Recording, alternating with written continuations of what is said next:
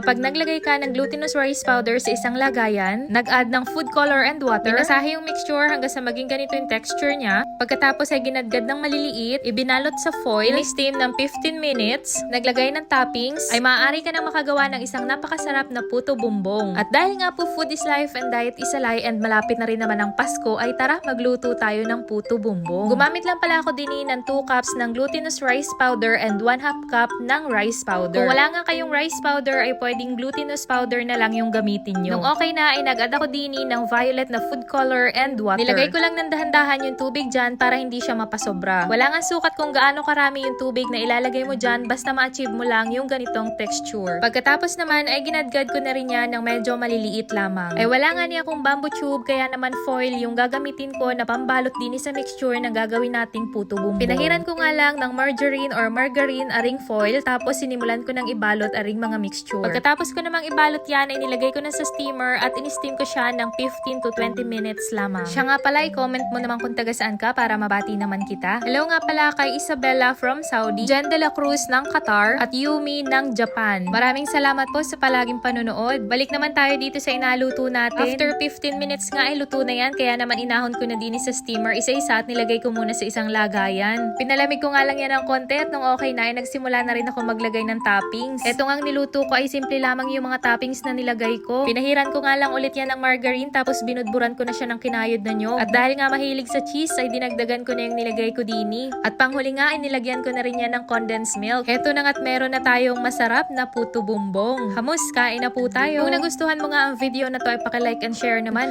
Follow mo na din ang page para sa mas nakakatakam pa natin mga luto. Salamat!